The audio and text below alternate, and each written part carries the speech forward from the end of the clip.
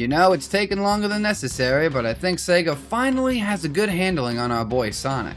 The movies were a success, Sonic Frontiers blew everyone's expectations, and Shadow Generations was a pleasant surprise. I've been a fan of this anthropomorphic bastard since I was a kid, and to this day he's still one of my favorite video game characters of all time. I've been here through all the highs and lows, from his greatest accomplishments to his greatest failures. But to be honest with you, I haven't played through every single game in this franchise. Between official releases and fan projects, there's a lot of Sonic media out there to experience. I could dedicate an entire video talking about all the different Sonic content out there and still probably couldn't tell you everything. Sonic's been around for over 35 years, there's a lot tied to his name. And one that's eluded me for so long were his racing games. Outside of Mario Kart, racing games were never really my thing growing up. I never thought they were bad, they were just never my cup of tea. I was more interested in platformers at the time. I've played Sonic Riders and Zero Gravity and surprisingly had a great time with these. However, this was more of the exception because I've been skateboarding since I was 12 years old, so seeing one of my favorite video game characters on a hoverboard blazing through tracks, I don't know, something about this just hit differently for me. Now when it comes to his actual racing series, I have very little experience with some of these titles. I remember having the mobile version of All Stars Racing when I was a kid and it was alright for what it was. I played the demo for Transformed on my old Xbox 360 and had a pretty good time with it. And I only played a couple of races in Team Sonic Racing back when I still had access to it. So when CrossWorlds was first announced, I really didn't think much about it because of my previous experience with the other titles. So then what is it about this game that has me so captivated and infatuated with it? What does this racing game do that the previous games didn't do? What did this game get so right to where not only have I sunk 50 hours of my life playing it, but I've also dedicated time to creating an entire video sharing my thoughts and opinions? Oh, come on, really? Not only is this game a joy to play, but in my opinion, it blows the other racing games out of the water. This game has exceeded my expectations and then some. I'm genuinely surprised on just how well crafted and fun this game is to actually play. My friends and I play it at least once a week together and we have a blast. With that being said, I hope you guys can kick back, relax, and listen to an idiot ramble about what's become one of my favorite racing games.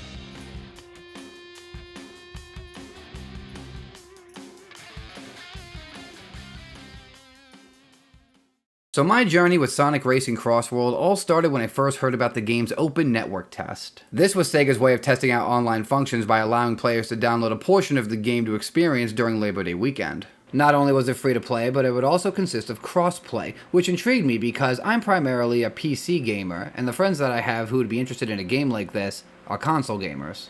I own a PlayStation 5 and Nintendo Switch, but I don't bother paying for their online services anymore. I don't turn my PS5 on often enough to justify a PlayStation Plus subscription, and Nintendo straight up banned my Nintendo Switch after I modded it to back up my Switch games to my PC to play them through emulation. Yeah, I can't Smash with the boys anymore, but I can play Tears of the Kingdom with a randomizer. There's just something so majestic about watching 3 Gleeoks right outside of Terrytown, knowing they can kill you at any given moment. Well, thank you. Anyway, I told my friends about the open network test and we all agreed to give it a shot that weekend. Upon booting up the game, we see the game's CGI opening and my god, this looks spectacular. The visuals, animations, everything about this is put together so beautifully, it is a joy to watch. A huge shout out to Studio GigX and Simage Animations for bringing us this opening. You guys did an outstanding job and should be proud of the work you've done here. CGI openings have yet to make a true return to the main series Sonic games ever since Sonic Lost World back in 2013. But if you ask me, they absolutely peaked with CGI when it came to Sonic Unleashed back in 2008.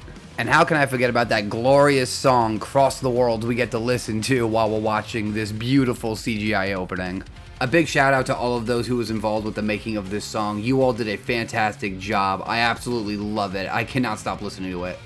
Upon booting up the open network test, I knew there was going to be something different about this game compared to the other racing games that we've had, and I don't exactly know what it was, but something about the CGI opening and of course that amazing song just really got me inspired to want to see what this game had to offer. And luckily, since I was able to play this with my friends, we spent the entire weekend playing this game. We had a blast and it was an amazing time. There were some technical difficulties, of course. It was, an open network test after all. But we just kept on playing, and the more we kept playing, the more we kept on experiencing, the more we lost our fucking minds. I'll elaborate more on that in a little bit, but for now, let's get into the game proper. The first thing we have to do is play our mandatory Grand Prix in single player mode in order to unlock online. Dompa Grand Prix acts as a tutorial showing off the different driving variants. driving on the road, flying in the air, and sailing over water. Driving and flying control-wise aren't too fundamentally different from one another, but when you're sailing on the water, it's a bit of a different story. Drifting while sailing over water will send you into the air, allowing you to do more tricks, allowing you to get another boost when you land. Which sounds all fine and dandy until you realize that the controls for these water sections suck ass. Turning while you're on the water feels very loose, and every single time I'm expected to do it, it feels so awkward to control. Luckily, driving on water doesn't last for too long on these tracks, so I can't really bitch about it too much. Single player mode is also where you'll race against your rivals. They're just more suited up NPCs and your only real challenge in single player. Best part about this by far is the dialogue between characters right before a race. Especially because we have exchanges between characters who have not only never met before, but characters we've rarely seen together in this whole franchise. Defeating all of your rivals will unlock Super Sonic, which, yeah, I think it's pretty obvious why we can't play with him online. He's much faster than the other racers, and he's invulnerable to basically every attack. Super Sonic was apparently supposed to be a rival once you unlocked him, but I guess it was too difficult for players to actually beat him, so they cut it. Probably for the best, because playing as Super Sonic, you have a huge advantage against everybody else. Single player also has time trials as well as Race Park. These are basically races that follow a different set of rules, like collecting a number of rings, using a certain number of items, and stuff like that, and they're far more team focused. It's a nice change of pace from the normal races where it's all about coming in first place. It was also here where I discovered that if you use the double anvil item when you're in first place, you'll not only hit one of the other racers, but you'll hit yourself with the other anvil. What the fuck? What are you celebrating for, you dingus? I guess I should probably talk about what these are, huh? These are your gadgets, essential tools that allow you to customize your driving style, and there's a huge variety here to choose from. From spinning like a Beyblade to having a seizure in the sky. Increase your max ring count, give yourself a certain item in the beginning of a race, tweak certain stats like acceleration, handling. There's a lot to choose from here, so it's worth experimenting with all these different gadgets to see what works best for you. Sadly, you can't attach as many gadgets as you want and then just go to town on the other racers. You're limited to the number of gadgets you're allowed to equip via this gadget plate. Your gadget plate consists of 6 slots, however you'll only start off with 3 and have to compete in races to unlock the other slots. Gadgets also require a certain number of slots to put them in your plate, so you're gonna have to be a bit picky on what you want to use. Thankfully the game gives you 5 total plates to choose from so you can easily swap on the fly right before a race. But what about the tracks themselves? What's it like to actually race on these courses? A majority of tracks in this game are callbacks and references to previous games. We have Chenan, Haloska, Apatos, and Spagonia from Sonic Unleashed, Starlight Carnival and Sweet Mountain from Sonic Colors, Dinosaur Jungle and Kraken Bay from Secret Rings, the North Star Islands from Sonic Superstars, which to be honest, I didn't really play much. We even have White Cave from Sonic Riders. I never thought we'd be back here. Listen, if we're bringing back tracks from Sonic Riders of all things, then I demand Metal City. It was the most iconic track in the entire game, and you cannot convince me otherwise. They already brought back the Extreme Gear, so why not a couple of tracks for us to race on? We even have tracks based off the most recent games like Kronos Island and Cyberspace from Sonic Frontiers and Whitespace from Shadow Generations. A lot of the tracks in this game are a huge love letter to this entire franchise, and I absolutely love that this is the route that they decided to go with when designing these courses. When going through Dragon Road, you have the Dark Gaia Phoenix spreading fire all over the track. That's so cool. I miss beating the shit out of this thing. Track design as well is honestly pretty solid, nothing too obtuse or annoying to traverse through. The tracks they've made for this game so far are pretty good. I can't think of any that are objectively bad here. With that said, I should probably move on to the biggest gimmick of this game, CrossWorlds. Upon approaching your second lap of a race, a warp ring will appear to teleport you to a completely different track. There are 15 dedicated CrossWorlds, but you can also end up teleporting to one of the full-length tracks. Which makes me curious as to why we even have dedicated CrossWorlds in the first place. Just make these full-length tracks and give them their own Grand Prix and single player. I love this gimmick. You could be driving on the road one moment, and then you could be flying through the air or sailing over the water at a moment's notice. Teleporting to different tracks in the middle of a race sounds a bit simple on paper, but in execution, it really leaves an impact. Best part about the idea of CrossWorlds is that we're not just limited to the Sonic franchise. We have a huge ongoing roster of characters to choose from, with some of them having their own dedicated tracks. If I could go back in time and tell my younger self that eventually SpongeBob of all characters was going to be in a Sonic game, I would without a doubt shit a brick. The potential for crossover characters and tracks is truly infinite. Imagine if we could get characters like Klonoa, or maybe even Conker. We could even bring back Banjo-Kazooie and have an entire track dedicated to Spiral Mountain. That would be great. They were already in the Xbox 360 version of All Stars Racing, so it would be stupid not to bring them back after all this time. Since we already have Nickelodeon representation, you know who I think they need to bring back? My boy Tak. We haven't seen anything out of him since 2008, and this would be a perfect opportunity to bring him back into the spotlight. The real meats and potatoes of this game, however, are without a doubt online multiplayer, where you soon realize that your insurance can't cover for all the damages, both physical and psychological. The moment you step into online, you begin to see the true nature of this game, and it is barbaric. Every single race online is going to consist of you and the other racers beating the shit out of each other with these items. Anybody remember how unbalanced the items were in Mario Kart Wii? Well, it's a lot worse here, let me tell you. There have been far too many instances where right before I'm about to finish a race, I get slammed with items and end up losing as a result, and when this happens over and over again, it becomes so annoying. Check this out, I'm approaching the finish line and I have both a green missile and saw homed in on me, and right before I'm about to cross the finish line, BAM! I get smacked with both of them at the same time, everybody passes me, and I lose. What the hell? Take a look at this moment right here. I'm in second place, the monster truck flattens me, a warp ring appears only to drop an anvil on me, reducing me to 6th place. What the shit? The timing on this one couldn't be more perfect. I'm in the monster truck, about to cross the finish line, a warp ring appears only to drop goo on me the very instant the monster truck disappears. This kind of bullshit happens all the time when you're playing online, and don't get me wrong, as annoying as this is when it happens to you, especially during back-to-back races, I can't deny that this is part of what gives the game its charm. As chaotic as races can get because of the item balancing, there's something oddly humorous about a whole bunch just bashing into you all at once. It's like the game giving you the middle finger. But so long as I'm playing with my friends and we're all having a good time, then this is something that I can laugh at.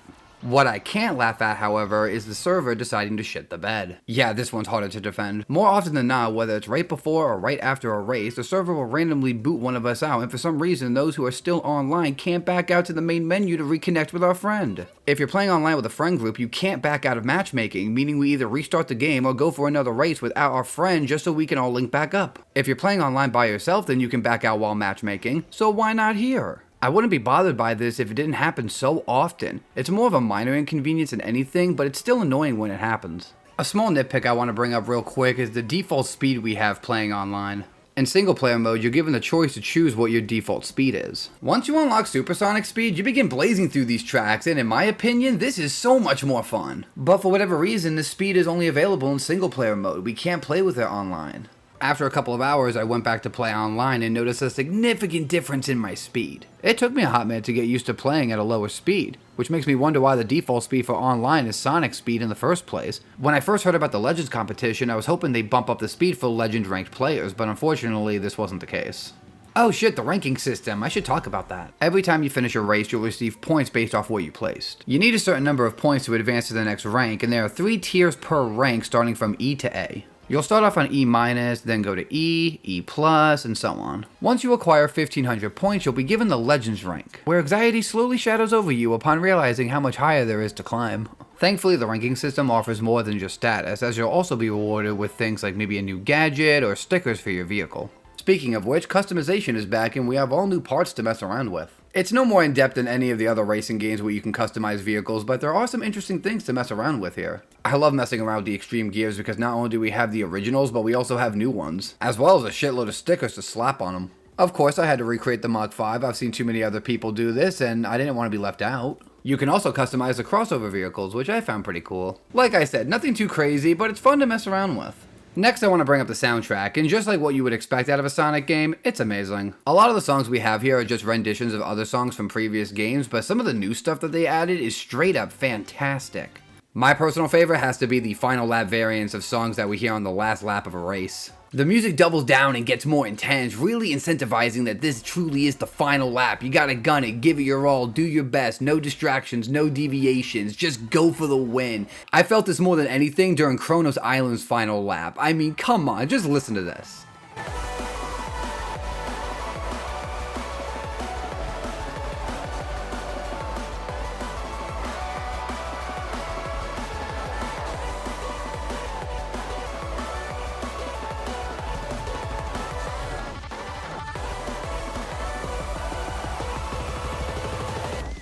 Truly fantastic stuff. Sonic Racing CrossWorlds truly is an outstanding video game. Sonic Team really did a great job with this one.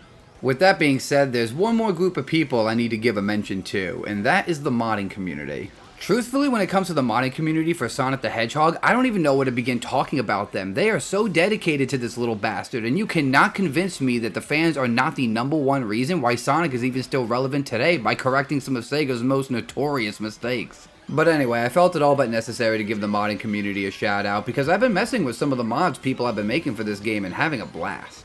Some of my personal favorites are the Sonic and Shadow on foot mods created by D-Hedge, along with the Amy on foot mod created by Andre1263. I love how Shadow gets his wings from Shadow Generations in the flying sections. That's such a great reference. We even have Amy spinning like a Beyblade in these sections. No wonder they contributed to this. These mods don't change anything gameplay wise, but it's just interesting to see these characters running around these courses instead of using vehicles. One of the mods by D-Hedge I really wanted to try was the first person view mod, but it's a bit finicky to get it to work, and according to comments I've read, could potentially ban you from playing online, so I'm not too sure about this one. The game's only been out for a couple of months, but the modding community has been really hard at work providing us with all types of new content, different skins, different voices, different sound bites, and so much more. I'll leave a link in the description in case you're interested in checking out any of these mods for yourself. But this is the Sonic community we're talking about, so it was only a matter of time before we got some more interesting content. Any fool can press on the accelerator. A true champion has finesse. Win or lose, today is gonna be amazing. Show me what you got. I think the footage speaks for itself.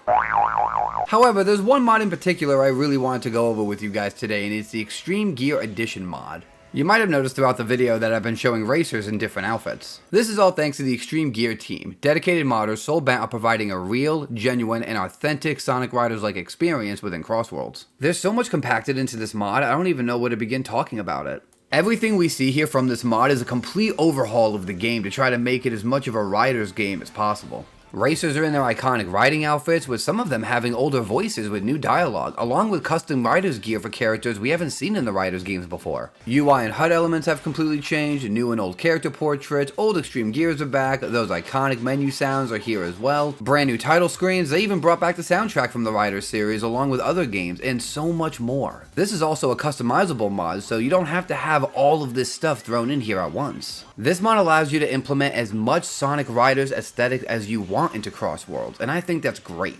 They even remastered the Sonic Riders opening and intro, and if I can just ask real quick, how did you guys pull this off? These look incredible, they're so clean and fresh now. My jaw dropped seeing these for the first time because they look so much better than they did before. 4K resolution, 60 frames per second, more attention to details, colors and lights are more vibrant. Seriously, this is amazing. The team did an outstanding job remastering these cutscenes along with everything else they've included in this mod. This is a project made with so much love and care, and this goes back to what I was saying earlier about the modding community. Sonic fans are truly passionate, they want the absolute best for Sonic, and it's thanks to projects like this that continue to show time and time again how far the fans are willing to go to make sure that we have the best Sonic experience possible. Thank you all so much for coming together and working so hard to bring this mod to life. I can't wait to see what you guys are going to do next. If you're a fan of the Riders series and you have CrossWorlds on PC, I highly recommend trying this mod out for yourself. You will not be disappointed. But with all that said and done, I think I'm going to wrap it up here. Sonic Racing CrossWorlds has truly exceeded my expectations and then some. I love being able to come home from work and play a couple of races. I love being able to hop online and play with my friends. I love all the wacky, crazy, zany bullshit that happens in this game. It can be frustrating from time to time, no mistake about it, but you know what? It's part of the chaos that makes this game as fun as it is. $70 might seem like an expensive price tag for a game like this, and I do have to agree to that to some extent. Don't get me wrong, there's a lot of content here, and we have so much more coming later on down the line, but maybe for right now, if you're interested in buying this game, you should probably wait for a price drop. Or you could be a dumbass like me and spend almost $100 on the deluxe edition. Hey, I'm a Sonic fan, I never said I was smart. But anyway guys, thank you so much for watching the video, hope you enjoyed it, and hope to catch you in the next one. Peace.